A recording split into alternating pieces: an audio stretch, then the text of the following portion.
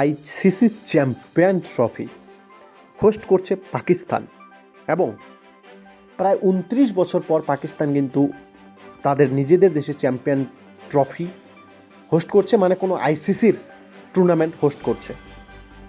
Last আজ থেকে ২৯ বছর আগে কোনো আইসিসি টুর্নামেন্ট হয়েছিল পাকিস্তানের মাটিতে। বন্ধুরা, তোমরা সবাই জানো সেখানে ভারত খেলতে যায়নি এবার, কিন্তু সেই হোস্ট কান্ট্রি পাকিস্তান এবারে চ্যাম্পিয়ন ট্রফি থেকে বিদায় নিয়েছে।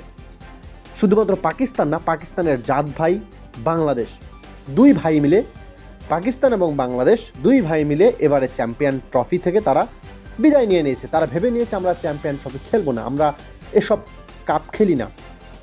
অ্যাকচুয়ালি পাকিস্তান ভারতের বিরুদ্ধে এবং নিউজিল্যান্ডের বিরুদ্ধে হেরে, অন্যদিকে বাংলাদেশ সেও ভারত এবং নিউজিল্যান্ডের বিরুদ্ধে হেরে তারা টেবিলের তৃতীয় এবং চতুর্থ স্থানে রয়েছে।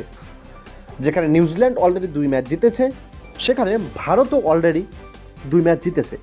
তাই ভারত আর নিউজিল্যান্ড অলরেডি টেবিল টপার হয়েই রয়েছে। অন্যদিকে আর মাত্র একটা করে ম্যাচ বাকি রয়েছে প্রত্যেকটা দলের।